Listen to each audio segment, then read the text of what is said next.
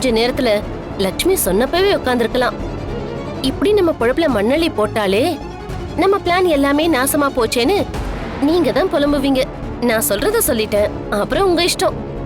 என்ன இவ ஏதோ உள்ள ஒண்ணு வச்சு வெளியில ஒண்ணு பேசுற மாதிரியே இருக்கே. இவளோட பேச்சுவார்த்தை சரியில்லையே. என்ன சம்பந்தி, மைண்ட் வாய்ஸ்ல பேசாம உட்கார்ந்துடலான்னு யோசிக்கிறீங்க போல. சீக்கிரமா உட்காருங்க. பரவாயில்ல சம்பந்தி, நீங்க எனக்கு சரிக்கு சமமா உட்காரலாம். நான் ஒண்ணும் தப்பா நினைச்சுக்க மாட்டேன்.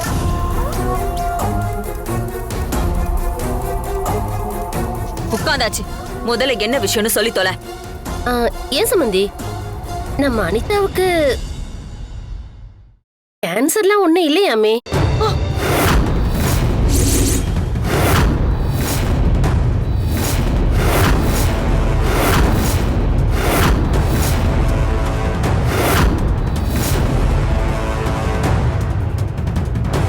என்ன என்ன என்ன உளறிட்டு இருக்க?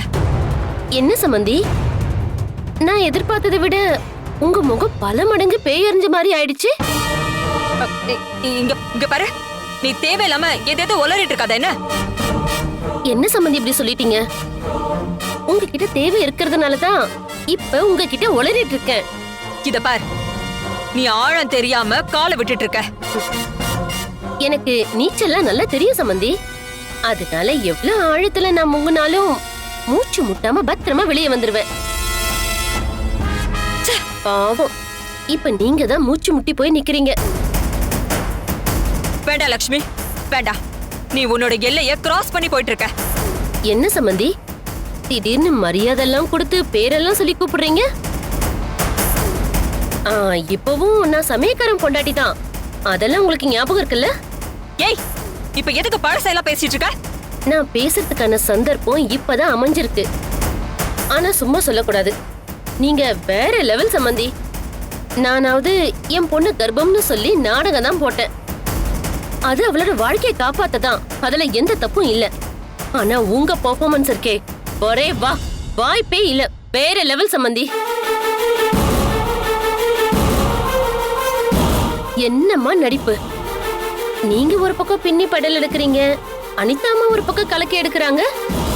உங்க முன்னாடிலாம் நாங்களாம் ஒண்ணுமே இல்ல சம்பந்தி. என்ன நக்கலா? நக்கல்லாம் இல்ல சம்பந்தி, சிக்கல். அந்த சிக்கல் கூட எனக்கு இல்ல, உங்களுக்கு தான். ஏய், எனக்கு வர ஆத்திரத்துக்கு. அட காமெடி பண்ணாதீங்க சம்பந்தி. மிஞ்சி மிஞ்சி போனா என்ன சொல்ல போறீங்க? இந்த விஷயத்தை வெளியே யார்கிட்டயும் சொல்லாத. உனக்கு என்ன வேணும்னு சொல்லு, நான் செஞ்சு தரேன். இதானே சொல்ல போறீங்க? ஆமா, தப்பு தவறி கூட இந்த விஷயம் வெளியில போச்சு, அப்புறம் நீ உயிரோடவே இருக்க மாட்ட. ஐயோ சம்பந்தி, எனக்கு ரொம்ப பயமா இருக்கு சம்பந்தி, மிரட்டாதீங்க.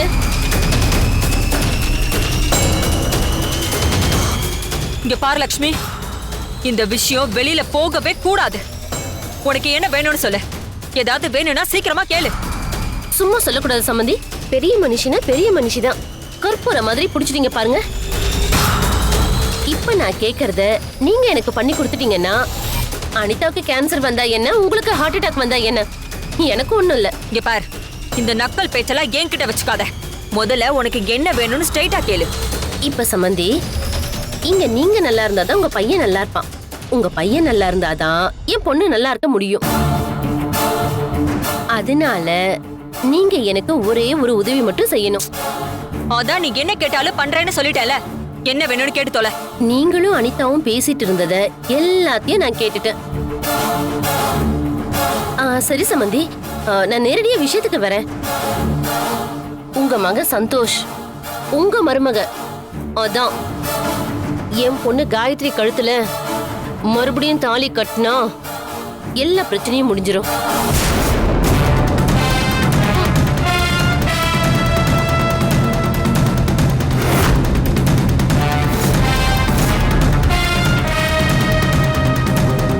ஏய், என்ன திமிரா உனக்கு? அதெல்லாம் கனவுல கூட நடக்காது. இங்க பாருங்க சம்பந்தி, இந்த நேரத்துல அவசரப்பட்டு எந்த முடிவும் எடுக்க கூடாது. ஏன்னா இப்போ உங்க குடுமி என் கையில இருக்கு. இந்த விஷயத்த நான் நேரா போய் ருத்ராமா கிட்டயோ இல்ல வீட்ல இருக்க எல்லாரையும் கூப்பிட்டு நான் பேசுனேன்னு வச்சுக்கோங்க, ம், பிரச்சனை ரொம்ப பெருசாயிடும். அப்புறம் உங்க மேலயும் தப்பாயிடும், அனிதா அம்மா மேலயும் தப்பாயிடும். ஜாக்கிரதையா இருந்துக்கோங்க. இதுக்கப்புறம் எல்லாம் உங்க கையில தான் இருக்கு. நீங்க நீங்க இன்னும் நல்லா யோசிங்க சம்பந்தி. தப்பு இல்ல. ஒண்ணுக்கு 2-3 தடவை யோசிக்கிறதுனால நீங்க கண்டிப்பா ஒரு நல்ல முடிவு தான் எடுப்பீங்கன்னு எனக்கு தெரியும்.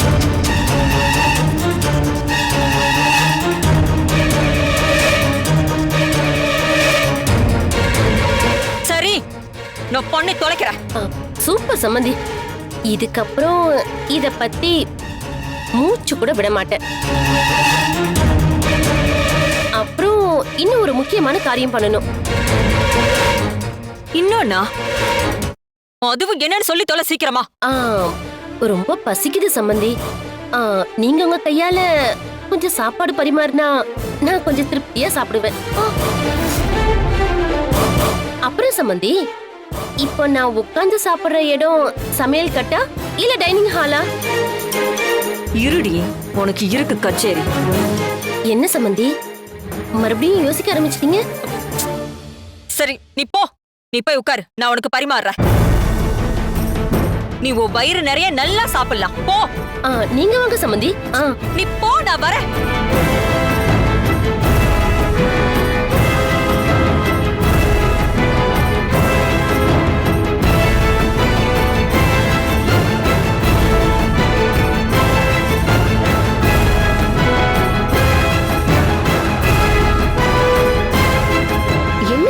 அந்த சமையல்காரன் பொண்டாட்டி இஷ்டத்துக்கு வாய்க்கு வந்ததெல்லாம் பேசிட்டு போறா. நீங்க எல்லாத்துக்கும் சரி சரின்னு பூமி மாடு மாதிரி தலையாட்டிட்டு இருக்கீங்க. அனிதா, நான் அவளை விட்டு பிடிச்சிட்டு இருக்கேன். நேரம் பார்த்து அவளை வச்சு செய்யறேன்.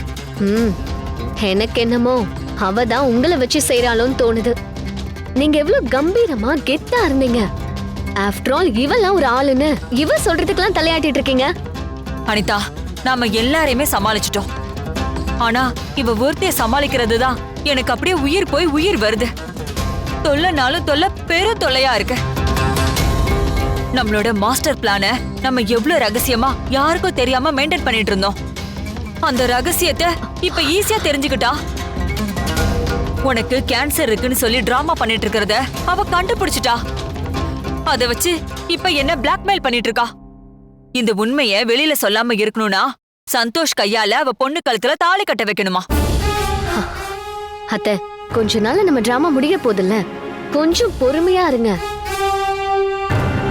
எல்லாமே நம்ம பிளான் பண்ணபடி சரியா தான் நடந்துட்டு இருக்கு. அவ என்ன நம்ம டிராமாவை ரிவீல் பண்றது? அவ சொல்றதுக்கு முன்னாடி நம்மளே அதை ரிவீல் பண்ணிடலாம் அத்தை. சரி அனிதா, எல்லாமே இப்ப வரைக்கும் சரியா தான் நடந்துட்டு இருக்கு. இருந்தாலும் நம்ம இன்னும் கொஞ்சம் கவனமா இருக்கணும். இவளை எப்படியாச்சும் நான் டீல் பண்ணிக்கிறேன். நீ எதை பத்தியும் கவலைப்படாம படுத்து தூங்கி ரெஸ்ட் எடு. சரி. எனக்கு ரொம்ப டென்ஷனா இருக்கு. நான் என்ன பண்ணணுங்கிறத நல்லா போய் உட்கார்ந்து யோசிக்கிறேன். அப்புறமா நான் போய் தூங்கிக்கிறேன். நீ போ. சரிங்க அத்தை, குட் நைட்.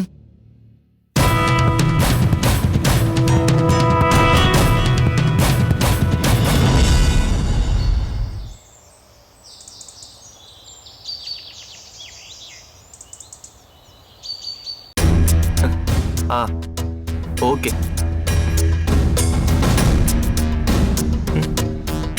வாங்க மம்மி. வரும்போதே ஏன் இவ்வளவு டென்ஷனா வரீங்க? இந்த வீட்ல நான் டென்ஷனா ஆகுறதுக்கு ஒரே ஒருத்த மட்டும்தான் காரணம். அது நீதான்டா. ஏன் மம்மி எப்ப பார்த்தாலும் என்ன திட்டிக்கிட்டே இருக்கீங்க? ஒரு தடவை இல்லடா, இன்னும் 1000 தடவை நான் மன உளைச்சலுக்கு ஆளானாலும் அதுக்கு காரணம் நீ மட்டும் தான்டா.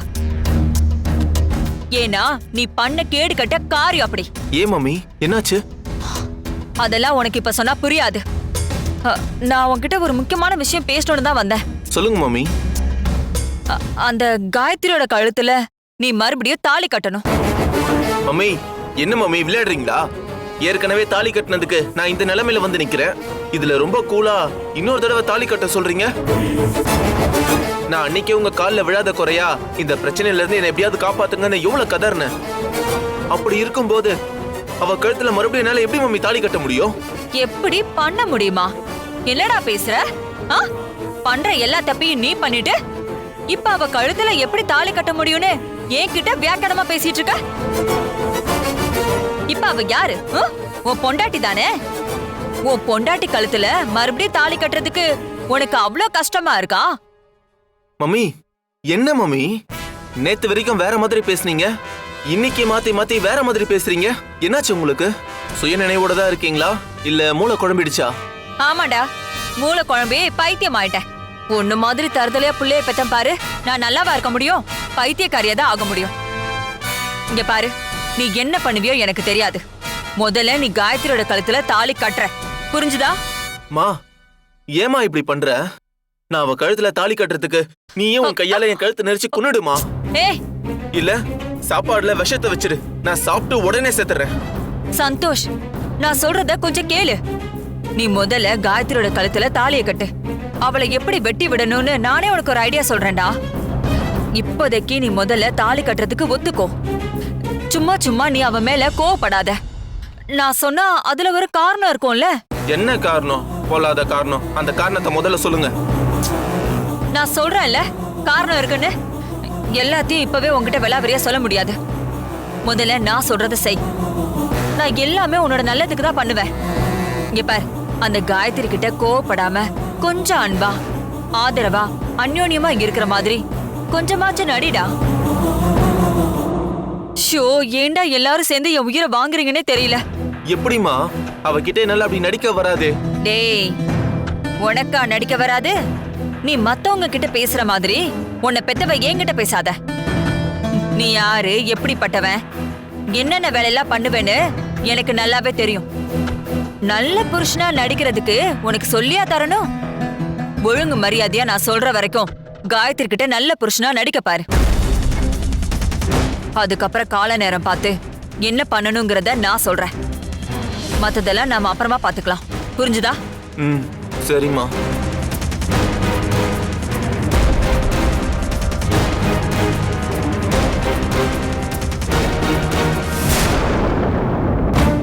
என்ன சார், அதெல்லாம் பாக்குறதுக்கு தானே நீங்க இருக்கீங்க? ஆமா. ம், ஓகே, வச்சிரு.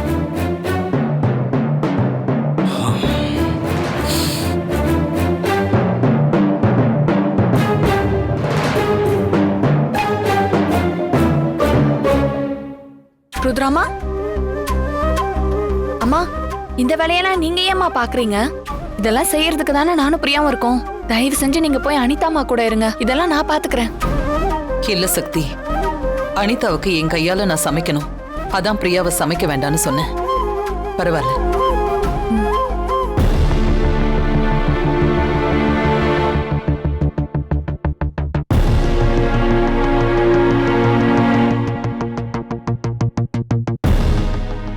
சிவா, ஆமா, கொஞ்சம் இங்க வாப்பா.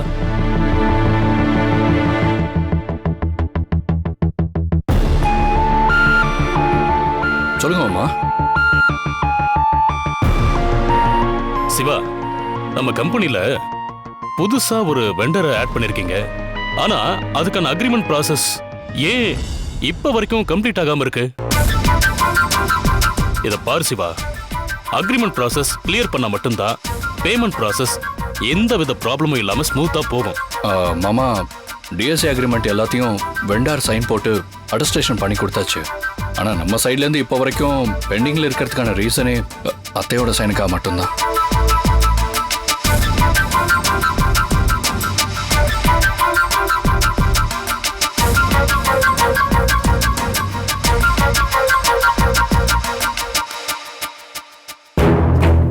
சரி சிவா, இந்தா இதுல இருக்கிற டாக்குமெண்ட்ஸ்ல சரியா இருக்கான்னு செக் பண்ணு. சக்தி, அது ருத்ரா கொஞ்சம் வர சொல்ல. சரிங்கய்யா.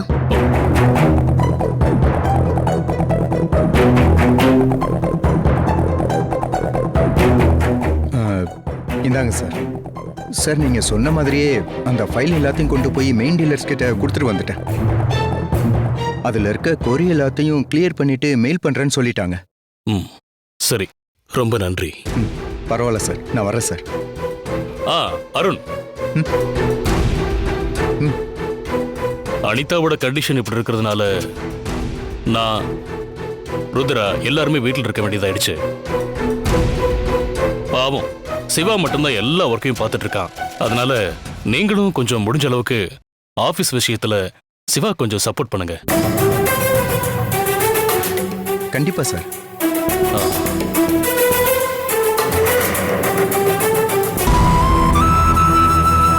அம்மா, ஐயா உங்களை வர சொன்னாரு. என்ன சக்தி, நான் தான் இங்க அனிதாவுக்கு சமைச்சிட்டு இருக்கேன்னு தெரியும்ல, சொல்லு, அப்புறமா பேசிக்கிறேன். தெரியலம்மா, கூப்பிட்டாரு.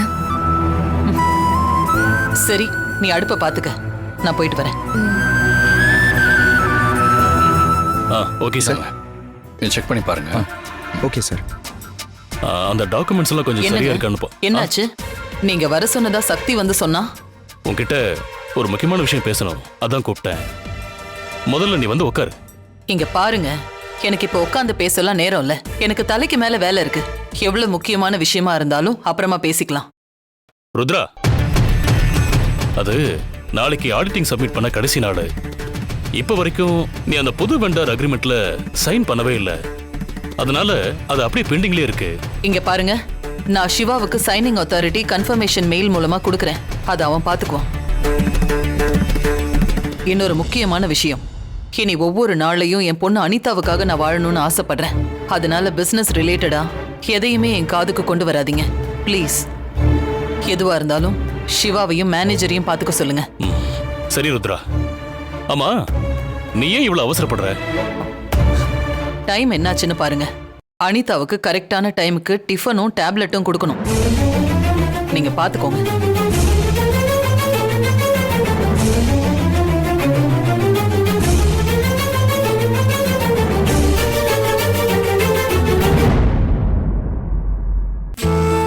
சக்தி, நான் வரதுக்குள்ள எல்லாத்தையும் ரெடி பண்ணிட்டியா?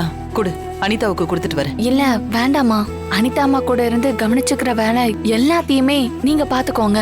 ஆனா இந்த மாதிரி சின்ன சின்ன வேலை எல்லாத்தையும் என்னோட மன திருப்திக்காக நான் பண்றேம்மா.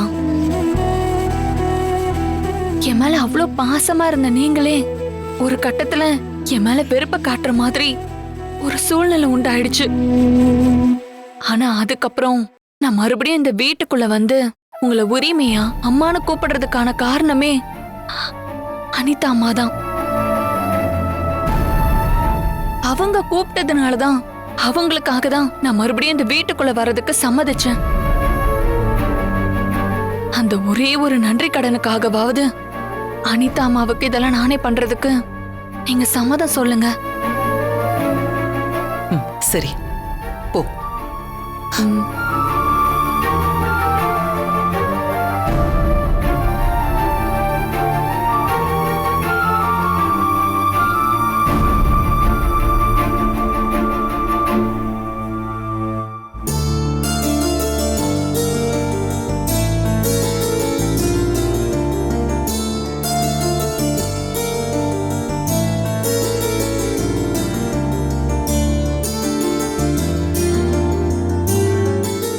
என்னாச்சு ருத்ரா?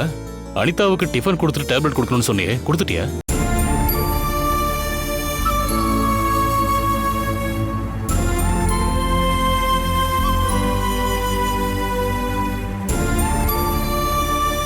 ருத்ரா, ருத்ரா, என்ன சொல்லுங்க. என்னாச்சு உனக்கு?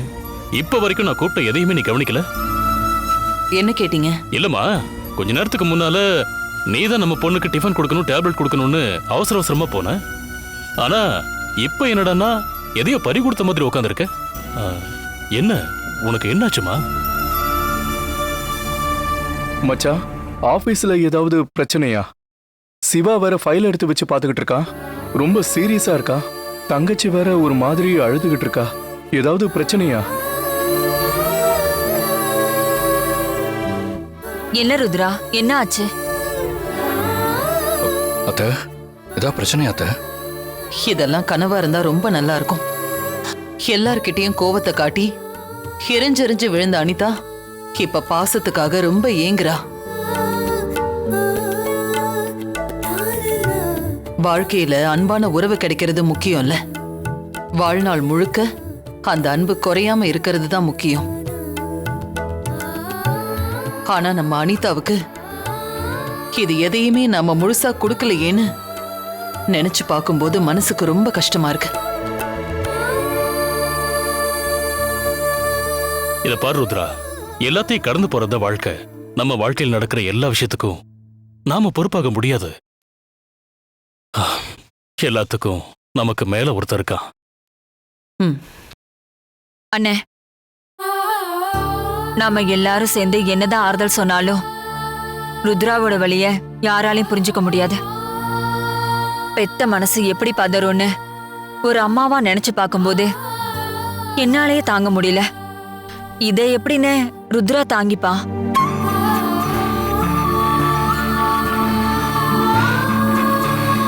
அனிதாமா,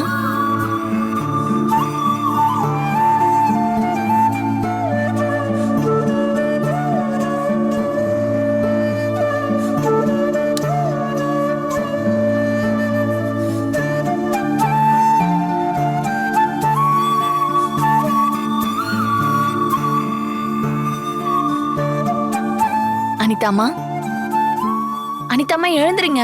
நான் சாப்பாடு கொண்டு வந்திருக்கேன். சாப்பிட்டு மருந்து மாத்திரை போடணும்ல. எழுந்துறீங்க அனிதாமா. அனிதாமா, அனிதாமா, அனிதாமா, அனிதாமா, அனிதாமா, அனிதாமா, அனிதாமா, ருத்ராமா, அனிதாமா பேச்சு மூச்சு இல்லாம இருக்காங்க. சீக்கிரம் வாங்க, கொஞ்சம் சீக்கிரம் வாங்கம்மா.